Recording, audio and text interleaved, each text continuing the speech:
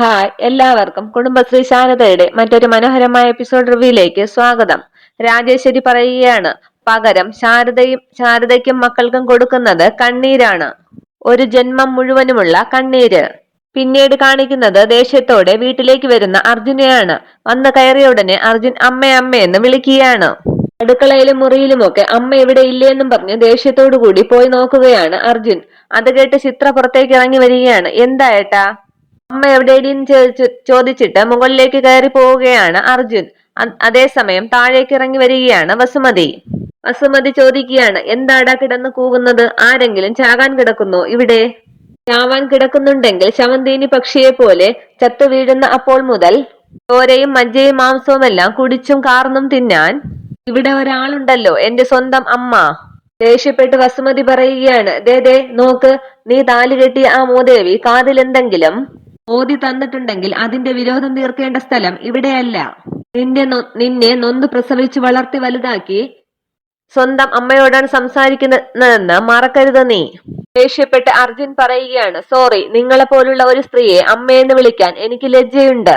സ്വന്തം മക്കളുടെ മനസമാധാനത്തിനും സ്വൈര ജീവിതത്തിനും വേണ്ടി ആയുസ്സും ആരോഗ്യവും ഹോമിക്കുന്ന ഈ ലോകത്തെ എല്ലാ അമ്മമാർക്കും നാണക്കേടാണ് നിങ്ങൾ. ദൈവം എന്നെ ശപിക്കും നിങ്ങളെ ഞാനിനി അമ്മയെന്ന് വിളിച്ചാൽ. ഇതൊക്കെ കേട്ട് ചിത്ര ചോദിക്കുകയാണ്, എന്താ ഏട്ടാ ഇങ്ങനെ? അമ്മ എന്തിനാണ് ഇങ്ങനെ ശപിക്കുന്നത്?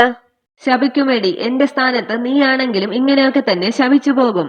നിന്റെ ഈ അമ്മ ചെയ്ത മഹത് പ്രവൃത്തി അത്രയ്ക്ക് ഗംഭീരമാണ്. സ്വന്തം മരുമകളുടെ മുഖം ആസിഡ് ഒഴിച്ച് വികൃതമാക്കാൻ കൊട്ടേഷൻ കൊടുത്തിരിക്കുന്നു ഈ വസുമതി കുഞ്ഞമ്മ. അത് കേട്ട് ചിത്ര അമ്പരക്കുമ്പോൾ വസുമതി ഒന്ന് പതറുകയാണ്. എന്നിട്ട് ഒരക്ഷരം മിണ്ടാതെ താഴേക്ക് ഇറങ്ങി പോവുകയാണ് വസുമതി. ഇവിടെ പിറകെ ചെന്ന് അർജുൻ വീണ്ടും ചോദിക്കുകയാണ്, എന്തിനാ അമ്മ ആസിഡ് ഒഴിച്ച് വികൃതമാക്കുന്നത്? അതിലും ഭേദം അവളെ അങ്ങ് കൊല്ലാൻ തന്നെ കൊട്ടേഷൻ കൊടുക്കാമായിരുന്നില്ലേ? ഓ, അപ്പോൾ നിങ്ങൾ പറഞ്ഞതുപോലെ ഞാൻ അവളെ വെറുക്കില്ലല്ലോ അല്ലേ? ഒപ്പം അവൾക്കൊരു കാമുകനെ കൂടി ചാർത്തി കൊടുത്തില്ലെങ്കിൽ അവളുടെ ഓർമ്മയിൽ ഞാൻ ഈ ജീവിതം പാഴാക്കുമെന്ന് എന്റെ അമ്മയങ്ങ് ധരിച്ച് വശമായി പോയി. ഒരൊറ്റ ചോദ്യമേ എനിക്കുള്ളൂ, പ്രീതിയെ നിങ്ങൾ മരുമകളായി കാണേണ്ട. പരിചയമില്ലാത്ത ഒരു പെണ്ണിനോടാണെങ്കിൽ പോലും എങ്ങനെ ചിന്തിക്കാൻ കഴിഞ്ഞു അമ്മേ നിങ്ങൾക്ക് ഈ ക്രൂരത? നിങ്ങളും ഒരു പെണ്ണല്ലേ? ആ പ്രായത്തിലുള്ള ഒരു മകൾ നിങ്ങൾക്കും ഇല്ലേ ഇവിടെ? അവളോടാണ് ആരെങ്കിലും ഇങ്ങനെ ചെയ്യുന്നതെങ്കിൽ സഹിക്കുമോ നിങ്ങൾ? വസുമതി ഒന്നും മിണ്ടാതെ നിൽക്കുമ്പോൾ സഹിക്കുമോ എന്ന് അലറി വിളിച്ച് ചോദിക്കുകയാണ് അർജുൻ. എനിക്കറിയാം നിങ്ങൾക്ക് ഉത്തരം പറയാൻ ഒന്നും കാണില്ല എന്ന്.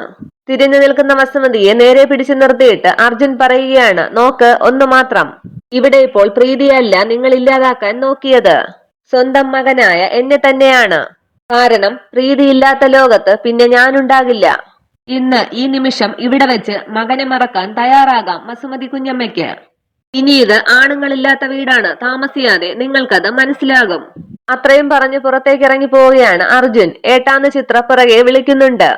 ചിത്ര ചോദിക്കുകയാണ്, എന്താ അമ്മയത്? ഏട്ടൻ ഇങ്ങനെയൊക്കെ പറഞ്ഞിട്ട് പോയാൽ അന്നേരം മിണ്ടരുതെന്ന് വസുമതി ആംഗ്യം കാണിക്കുകയാണ്. ഒന്നും സംഭവിക്കില്ല, നീ ധൈര്യമായിട്ടിരിക്ക. ഞാൻ എന്ത് ചെയ്താലും ചെയ്തില്ലെങ്കിലും അത് നിനക്ക് വേണ്ടിയാണ്, നിനക്ക് വേണ്ടി മാത്രം. അത്രയും പറഞ്ഞ് വസുമതി മുകളിലേക്ക് പോവുകയാണ്. ഒന്നും മനസ്സിലാകാതെ നിൽക്കുകയാണ് ചിത്ര.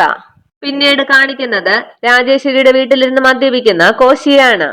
കൂടെ ബാലചന്ദ്രനും ഗോപാലകൃഷ്ണനും ഉണ്ട്. കോശി പറയുകയാണ്, എന്റെ ജീവിതത്തിൽ ആകെ 2 പേരെ മാത്രമേ ഞാൻ ബഹുമാനിച്ചിട്ടുള്ളൂ. എന്റെ സ്വന്തം അപ്പൻ പാപ്പച്ചായനെയും പിന്നെ ബിവറേജസിൽ ബില്ലടിക്കുന്ന ആളിനെയും മാത്രം. ബിവറേജസിൽ ബില്ലടിക്കുന്ന ആളോ എന്ന് ചിരിച്ചുകൊണ്ട് ചോദിക്കുകയാണ് ഗോപാലകൃഷ്ണൻ. കോശി പറയുകയാണ്, ആണെന്നേ, അയാളെ ബഹുമാനിച്ചാലേ നമുക്ക് ക്യൂ നിൽക്കാതെ സാധനം കിട്ടുകയുള്ളൂ. രാജേശ്വരി ചോദിക്കുകയാണ്, അല്ല കോശി, നമുക്കപ്പോൾ കാര്യത്തിലേക്ക് കടന്നാലോ? മദ്യപിച്ചുകൊണ്ട് കോശി പറയുകയാണ്, കാര്യമാണല്ലോ നടക്കുന്നത്. നല്ല അച്ചാർ, ഇത് ഞാൻ കൊണ്ടുപോകും. ബാലചന്ദ്രൻ പറയുകയാണ്, ഇതല്ല ഭൂമിയുടെ കച്ചവടക്കാര്യം. അത് ഉറപ്പിച്ചില്ലേ? അഡ്വാൻസ് തന്നാൽ മതി. രാജേശ്വരി പറയുകയാണ്, അഡ്വാൻസ് തരും, ഞങ്ങളല്ല, വേറൊരാള്. ഗോപാലകൃഷ്ണൻ ചോദിക്കുകയാണ്, വേറൊരാളോ? അതാരാ രാജേശ്വരി? ഞാൻ അറിഞ്ഞില്ലല്ലോ. ഓ, ഇതിപ്പോ എല്ലാം നിങ്ങൾ അറിയണമെന്ന് നിർബന്ധമൊന്നും ഇല്ലല്ലോ. കണക്കിലും കച്ചവടത്തിലും പണ്ടേ നിങ്ങൾ വീക്കാണ്. നേരം രാജേശ്വരിയുടെ വീട്ടിലേക്ക് ഒരു കാർ വരികയാണ്. രാജേശ്വരി പറയുകയാണ്, ദേ ആള് വന്നു, ബാല എന്നും പറഞ്ഞ് ബാലചന്ദ്രനെ പുറത്തേക്ക് പറഞ്ഞു വിടുകയാണ് രാജേശ്വരി. വന്ന ആളിനോട് ബാലചന്ദ്രൻ പറയുകയാണ്, വരണം വരണം ആന്റപ്പൻ മുതലാളി. ആന്റപ്പൻ ചോദിക്കുകയാണ്, അയാള് വന്നോ? കീടം കോശി, കീടവും ക്രിമിയും ഒക്കെ അകത്തുണ്ട്, മുതലാളി വാ. വരണം വരണം, ഇരിക്കണം എന്ന് പറഞ്ഞ് ആന്റപ്പന് കൈ കൊടുക്കുകയാണ് രാജേശ്വരി. ആന്റപ്പൻ മുതലാളിയെ വെയിറ്റ് ചെയ്യായിരുന്നു ഞങ്ങൾ. നേരം ചിരിച്ചുകൊണ്ട് ഗോപാലകൃഷ്ണൻ ഹലോ എന്നും പറഞ്ഞ് എഴുന്നേറ്റ് ആന്റപ്പന് കൈ കൊടുക്കാൻ ശ്രമിക്കുകയാണ്. പക്ഷെ ആന്റപ്പൻ അത് മൈൻഡ് ചെയ്യുന്നില്ല. രാജേശ്വരി കോശിയോട് ചോദിക്കുകയാണ്, ആന്റപ്പൻ മുതലാളിയെ മനസ്സിലായില്ലേ? ഇടങ്ങളിലുള്ള ബാറിന്റെയും ഷാപ്പിന്റെയും ഒക്കെ പകുതി മുതലാളിക്കുള്ളതാണ്. അത് കേട്ട് കോശി ചോദിക്കുകയാണ്, ആണോ? എങ്കിൽ ഈ മുതലാളി വെച്ച ഒരു വീടിന്റെ കാശ് എന്റെയാണ്. അത് കേട്ട് ആന്റപ്പൻ എല്ലാവരെയും ഒന്ന് നോക്കുമ്പോൾ കോശി പറയുകയാണ്, അതിന് മാത്രം കുടിച്ചിട്ട് ഞാൻ കാശ് തന്നിട്ടുണ്ട്. ഓ അങ്ങനെയെന്ന് പറഞ്ഞ് ആശ്വസിക്കുകയാണ് ആന്റപ്പൻ. ആന്റപ്പൻ രാജേശ്വരിയോട് ചോദിക്കുകയാണ്, എനിക്ക് പോയിട്ട് കുറച്ച് അത്യാവശ്യമുണ്ട്, എന്നാൽ പിന്നെ നമുക്ക് കാര്യങ്ങൾ അങ്ങോട്ട് സംസാരിച്ചാലോ? അതെ അതെ, ആദ്യം വേണ്ടത് കോശിക്ക് അഡ്വാൻസ് കൊടുക്കലാണ്. അതിനാണ് ആന്റപ്പൻ മുതലാളിയോട് വരാൻ പറഞ്ഞിരുന്നത്.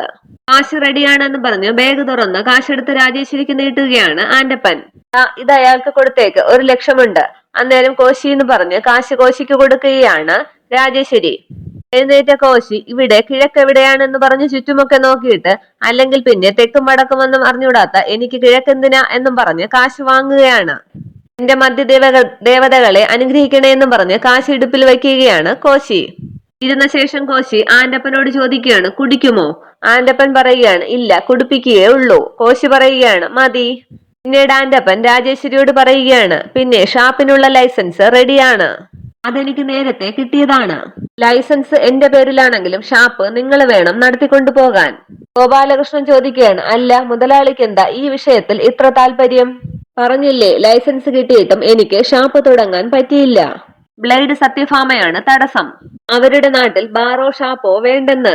ഞാനിവിടെ ഒരു ഡിസ്റ്റിലറി തുടങ്ങാൻ ശ്രമിച്ചപ്പോഴും അവര് കയറി തടസ്സം നിന്നിരുന്നു. അത് കേട്ട് കോശി പറയുകയാണ്, വൃത്തികെട്ട സ്ത്രീ, എന്റെ ഭാര്യയെ പോലെ തന്നെ പിടിച്ചു കിണറ്റിലിടണം. ആന്റപ്പൻ പറയുകയാണ്, ഈ നാട്ടിൽ കള്ള് വിൽക്കാൻ പറ്റുമോന്ന് എനിക്ക് അവർക്കൊന്ന് കാണിച്ചു കൊടുക്കണം. ലാഭത്തിൽ നിന്നും ഒരു പൈസയും എനിക്ക് വേണ്ട.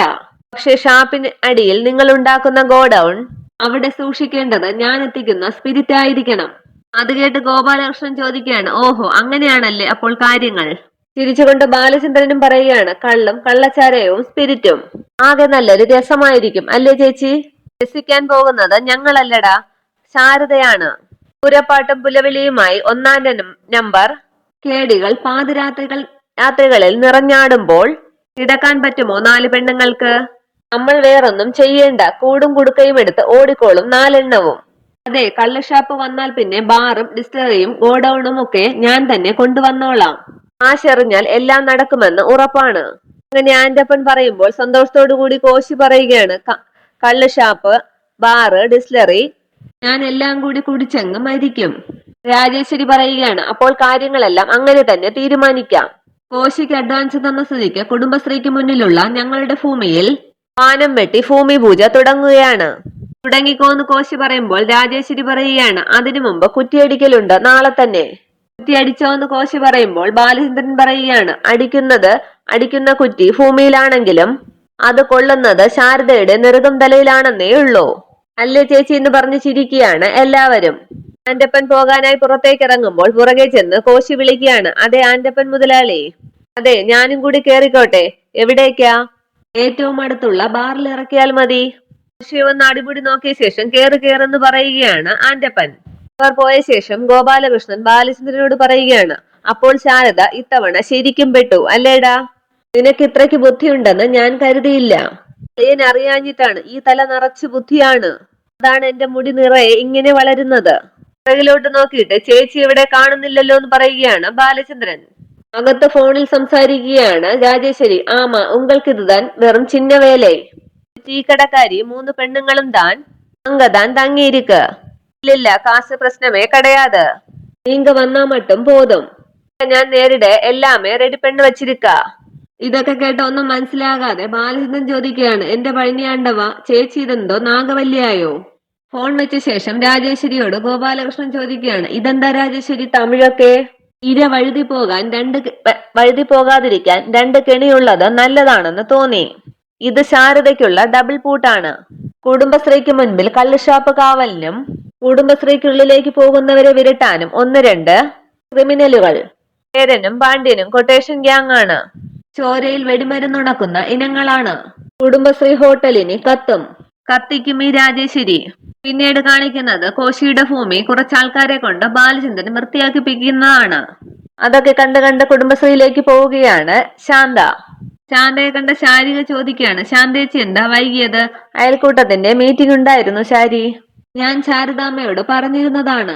പിന്നെ നമുക്ക് മുന്നിലെ കോശിയുടെ സ്ഥലത്തിന്റെ കാര്യമായിരുന്നു അവിടെ മുഴുവൻ ചർച്ച. അവിടെ വരാൻ പോകുന്നത് ഒരു കള്ളുഷാപ്പാണെന്ന്. വീട്ടിലെ ആണുങ്ങളുടെ പോക്കറ്റ് ചോരുമല്ലോ എന്നാണ് അവരുടെയൊക്കെ പേടി. എന്റെ വീട്ടിലെ ചന്ദ്രേട്ടന്റെ കാര്യത്തിലും ഒരു തീരുമാനമായി. അവര് പറഞ്ഞത് നേരാണെന്നാണ് എനിക്ക് തോന്നുന്നത്. ഇവിടെ ഇപ്പോൾ കുറ്റിയടിക്കാനായിട്ട് എല്ലാവരും വരുമെന്നാണ് എനിക്ക് തോന്നുന്നത്. ആന്റപ്പൻ മുതലാളിയും വരും. അബ്കാരി എന്നാണ് പറയുന്നതെങ്കിലും ചാരായ കച്ചവടമാണ് അയാളുടെ മെയിൻ. ശാരിക ചോദിക്കുകയാണ്, ഇപ്പോൾ അവിടെ കുറ്റിയടിക്കൽ നടക്കുവാണോ? അതെ, തുടങ്ങിയതേ ഉള്ളൂ. പേടിച്ച് ശാലിനി പറയുകയാണ്, ശാലിനി ഇപ്പോൾ അമ്പലത്തിൽ നിന്നും വരാനുള്ള സമയമായല്ലോ. അവളെങ്ങാനും അത് കണ്ടാൽ ആകെ പ്രശ്നമാകുമെന്നാണ് തോന്നുന്നത്. അതേസമയം ആന്റപ്പനും അവിടെ എത്തുകയാണ്. കാറിൽ നിന്നിറങ്ങി ആന്റപ്പൻ ബാലചന്ദ്രനോട് ചോദിക്കുകയാണ്, എങ്ങനെയുണ്ട് കാര്യങ്ങളൊക്കെ, ഉഷാറല്ലേ? പിന്നെ നമ്മൾ ഇവിടെ ഷാപ്പ് തുടങ്ങുന്നതിൽ ആ ശാരദാമ്മയ്ക്ക് ഒരു ചൊറിച്ചിലുണ്ടെന്നേ ഉള്ളൂ. പിന്നെ ബാക്കിയെല്ലാം ഓക്കെയാണ്. ആന്റപ്പൻ പറയുകയാണ്, ചൊറിയട്ടെ ബാല? ചൊറിഞ്ഞല്ലേ പറ്റൂ. ഈ ലോകത്ത് ഷാപ്പ് തുടങ്ങുന്നതിന് കുടിയന്മാർക്കല്ലാതെ വേറെ ആർക്കെങ്കിലും സന്തോഷമുണ്ടാകുമോ? ബാലചന്ദ്രൻ ഒന്ന് പേടിച്ചു പറയുകയാണ്, ശാരദാമ്മയെ പോട്ടെന്ന് വയ്ക്കാം, പക്ഷേ അവരുടെ രണ്ടാമത്തെ ഒരു മകളുണ്ട് ശാലിനി. അവളായിട്ട് എന്തെങ്കിലും കുത്തിത്തിരിപ്പുണ്ടാക്കുമെന്നാണ് എന്റെ ഒരു ടെൻഷൻ. അതുപോലത്തെ ഒരുപാട് കാന്താരിമുളകളെ ഉടച്ച് ചമ്മന്തിയാക്കിയിട്ടുള്ളവനാണ് ഈ ആന്റപ്പൻ. ഇത്രയും ബാറും ഷാപ്പുമൊക്കെ തുടങ്ങാനും അത് നടത്തിക്കൊണ്ടു പോകാനും എത്ര പ്രശ്നങ്ങൾ ഹാൻഡിൽ ചെയ്യണമെന്ന് ബാലനൊന്ന് ആലോചിച്ചു നോക്ക്. ഇവിടെ ഷാപ്പ് തുടങ്ങാൻ പോകുന്നത് ആന്റപ്പനാണെങ്കിൽ അവൾക്കൊരു ചുക്കും ചുണ്ണാമ്പും ചെയ്യാൻ പറ്റില്ലെന്ന് ഉറപ്പിച്ചോ? അന്നേരം കുറ്റിയടിക്കുന്ന സ്ഥലത്തുകൂടി സ്കൂട്ടിയിൽ അവരെയൊക്കെ നോക്കിക്കൊണ്ടു പോവുകയാണ് ശാലിനി. മുറ്റത്ത് വണ്ടി നിർത്തി അതിൽ നിന്ന് ഇറങ്ങിയ ശാലിനിയോട് കാര്യങ്ങളൊക്കെ പറയുകയാണ് ശാരിക. ബാലചന്ദ്രൻ ആന്റപ്പനോട് പറയുകയാണ്, ആ വന്നവളാണ് ശാലിനി. ചേടാ, ഈ നരുന്തോ? നീ പറഞ്ഞ ബിൽഡപ്പൊക്കെ വെച്ച് ഞാനൊരു ഫൂലൻ ദേവിയുടെ ഫിഗറാണ് വച്ചത്. ഇവളൊരു ചെറുവിരലിന്റെ അത്രയല്ലേ ഉള്ളൂ. ഫിഗർ ചെറുതാണെങ്കിലും ആള് ടെററാണ് മുതലാളി. നമ്മളൊന്ന് സൂക്ഷിക്കുന്നത് നല്ലതാണ്. കാര്യങ്ങളൊക്കെ കേട്ട ശേഷം അവിടേക്ക് ദേഷ്യത്തോടെ പോകാൻ തുടങ്ങുകയാണ് ശാലിനി. അന്നേരം ശാലിനി എന്ന് പറഞ്ഞ് ശാലിനിയുടെ കൈ കയറി പിടിക്കുകയാണ് ശാരിക. ശാരികയുടെ കൈ തട്ടി മാറ്റിയ ശേഷം അവിടേക്ക് പോവുകയാണ് ശാലിനി. ശാലിനിയുടെ ആ പോക്ക് കണ്ട് അയ്യോ എന്ന് പറഞ്ഞ് അകത്തേക്ക് കയറി ഓടുകയാണ് ശാരിക. ദേഷ്യത്തോടു കൂടി അവിടേക്ക് ചെന്ന ശാലിനി കുറ്റി പുഴുതെറിഞ്ഞ് ദൂരേക്ക് എറിയുകയാണ്. ആന്റപ്പൻ ബാലചന്ദ്രനോട് പറയുകയാണ്, എന്ത് കണ്ടുകൊണ്ടാണ് നീ നോക്കിക്കൊണ്ട് നിൽക്കുന്നത്? നിന്റെ സ്ഥലമല്ലേ, പോയി തടയവളെ. ഇവളെ ഇന്ന് ഞാൻ എന്നും ചെന്നും പറഞ്ഞ് മുന്നോട്ട് ചെന്ന ബാലചന്ദ്രൻ ശാലിനിയോട് ചോദിക്കുകയാണ്, എന്ത് തോന്നിയാസമാണ് നീ ഇവിടെ കാണിക്കുന്നത്? നിനക്കൊക്കെ പിഴുതറിയാനേ ഇത് സർക്കാരിന്റെ സർവേ കല്ലല്ല. എന്റെ ചേച്ചി കാശ് എണ്ണിക്കൊടുത്ത് വാങ്ങിയ ഭൂമിയിലടിക്കുന്ന കുറ്റിയാണ്. മനസ്സിലായോ എന്ന് ബാലചന്ദ്രൻ ചോദിക്കുമ്പോൾ ശാലിനി പറയുകയാണ്, തോന്നിയാസം കാണിക്കുന്നത് നീയൊക്കെയാണ്. കുടുംബശ്രീക്ക് മുന്നിൽ ഇയാളെയും കൂട്ടി കള്ളച്ചാരായവും വിൽക്കാൻ ഈ ശാലിനിക്ക് ജീവനുള്ളിടത്തോളം കാലം സമ്മതിച്ചു തരില്ല. പണി ഇതെന്ന് വാങ്ങാതെ ഈ ജോലിക്കാരെയും വിളിച്ചുകൊണ്ട് പെട്ടെന്ന് പോ ബാലചന്ദ്ര. വീണ്ടും കുറ്റിപിഴുതെടുത്ത് എറിയാൻ നോക്കുമ്പോൾ ശാലിനിയെ തടയുകയാണ് ബാലചന്ദ്രൻ. ശാലിനിയുടെ കയ്യിൽ കയറി പിടിച്ചിട്ട് ബാലചന്ദ്രൻ പറയുകയാണ്, ദേ ശാലിനി, പെണ്ണിന്റെ മേൽ കൈവച്ചു എന്നുള്ള ചീത്തപ്പേര് മാത്രമേ ബാലചന്ദ്രന് ഇല്ലാതുള്ളൂ. അത് നീയായിട്ട് സമ്പാദിച്ചു തരരുത്. ബാലചന്ദ്രന്റെ കൈ തട്ടി മാറ്റിയിട്ട് ശാലിനി പറയുകയാണ്, ചീ നിർത്തടാ നിന്റെ സംസാരം. എന്റെ ദേഹത്ത് നീ കൈവച്ചാൽ ഈ കുറ്റിപ്പിഴുത് ശാലിനി ദൂരെ കളയുകയല്ല, നിന്റെ നെഞ്ചത്ത് കുത്തിയിറക്കുകയാണ് ചെയ്യാൻ പോകുന്നത്. അന്നേരം ശാരദാമ്മയും കൂട്ടി അവിടേക്ക് വരികയാണ്. ശാലിനി ഇങ്ങോട്ട് വരാൻ എന്നും പറഞ്ഞ് ശാലിനിയെ പിടിക്കുമ്പോൾ ശാലിനി പറയുകയാണ്, ഇല്ലമ്മേ, ഇതിവിടെ നടക്കാൻ പാടില്ല, സമ്മതിക്കില്ല ഞാൻ എന്ന് പറയുമ്പോൾ ആന്റപ്പൻ ചോദിക്കുകയാണ്, അതെന്ത് ന്യായമാണ് കൊച്ചേ? ഇയാള് വാങ്ങിക്കുന്ന സ്ഥലം ഇയാളിവിടെ കുറ്റിയടിക്കുകയോ പുല്ല് പറിക്കുകയോ എന്താ ചെയ്യട്ടെ, അതിന് നിനക്കെന്താ? ആന്റപ്പന് നേരെ കൈ ചൂണ്ടിക്കൊണ്ട് ശാലിനി പറയുകയാണ്, ദേ താൻ മിണ്ടിപ്പോകരുത്. നാട്ടുകാരെ കുടിപ്പിച്ചു കിടത്തി മാത്രമല്ലേ താൻ ശീലിച്ചിട്ടുള്ളൂ. അത് പക്ഷേ ഈ കുടുംബശ്രീക്ക് മുൻപിൽ നടക്കില്ല ആന്റപ്പൻ മുതലാളി. ഇതേ സ്ഥലം വേറെയാണ്. നടക്കില്ല എന്നൊക്കെ പറയാൻ കൊച്ചിനെന്താ അധികാരമെന്നാണ് ഞാൻ ചോദിക്കുന്നത്. കൊച്ചു പോലീസും കോടതിയും അല്ലല്ലോ ഇങ്ങനെ തടസ്സം പറയാൻ. അത് കേട്ട് ബാലചന്ദ്രനും ചോദിക്കുകയാണ്, അതെ, എന്തിനും ഏതിനും വകുപ്പും ചട്ടവും ഒക്കെ പറയുന്ന ആളല്ലേ നീ പോയി പോലീസിനെ കൊണ്ടുവാ, അവര് പറയട്ടെ, അപ്പോൾ ഞാൻ ഇതൊക്കെ പൂട്ടിക്കെട്ടി കൊണ്ടുപോയിക്കോളാം. ഇതിനെ പോലീസൊന്നും വേണ്ട ബാലചന്ദ്ര, ശാലിനി ഒറ്റയ്ക്ക് മതി. നോക്കിക്കോ, ശാലിനി ജീവിച്ചിരിക്കുമ്പോൾ ഇവിടെ ഒറ്റ ഷാപ്പും നടത്തില്ല. വീണ്ടും കുറ്റി പിഴുതെറിയാൻ ശ്രമിക്കുകയാണ് ശാലിനി. ശാലിനിയെ പിടിച്ചു മാറ്റിയിട്ട് ശാരദാമ്മ പറയുകയാണ്, ഇത് അടിച്ചും ബഹളം വെച്ചും തീർക്കേണ്ട കാര്യം അല്ല. ചോദിക്കാനും പറയാനും വേറെ ആളുണ്ടോന്ന് നമുക്ക് നോക്കാം, വാ ഇങ്ങോട്ട്. അതിനുശേഷം എല്ലാവരും ചേർന്ന് ശാലിനിയെ പിടിച്ചുകൊണ്ട് അകത്തേക്ക് പോവുകയാണ്. പോകാൻ നേരം ശാലിനി പറയുകയാണ്, ഈ സ്ഥലം നിനക്ക് പാപ്പച്ചൻ തന്നാലും ഈ സ്ഥലത്ത് നീ കള്ളുഷാപ്പ് കെട്ടില്ല ബാലചന്ദ്ര. കെട്ടിയാൽ അത് ഈ ശാലിനിയുടെ ശവത്തിന്റെ മേലിൽ ആയിരിക്കും. ശാലിനിയുടെ പറഞ്ഞിട്ടുള്ള പോക്ക് കണ്ട് ബാലചന്ദ്രൻ പറയുകയാണ്, കണ്ടില്ലേ ഉശിര്, ആള് ചില്ലറയൊന്നും അല്ല. അവള് പറഞ്ഞാൽ പറഞ്ഞതാണ്, കുത്തുവെന്ന് പറഞ്ഞാൽ കുത്തും. ആന്റപ്പൻ പറയുകയാണ്, ചെമ്മീൻ ചാടി ഒളിമ്പിക്സിൽ മെഡൽ വാങ്ങിച്ച ചരിത്രമൊന്നും ഇല്ല ബാലചന്ദ്ര. ഒന്നുകിൽ ചട്ടിയില് അല്ലെങ്കിൽ അടുപ്പില്. കൂടുതൽ അവൾ ചാടിയാൽ നമ്മൾ അവളെ പൊരിച്ചെടുത്ത് ഷാപ്പിലെ കറിയുടെ കൂടെ അങ്ങ് വിളമ്പും. ഞാൻ നടത്തുന്നതേ ചായക്കട ബിസിനസ് അല്ല, ചാരായക്കട ബിസിനസ് ആണ്. ഒരു തീപ്പെട്ടിക്കുള്ള ഉരച്ചാൽ നിന്ന് കത്തും, അതവൾക്കറിയാത്തത് കൊണ്ടാണ്. ഇത്രയുമാണ് ഇന്നത്തെ എപ്പിസോഡ് വിശേഷങ്ങൾ. Okay, thank you.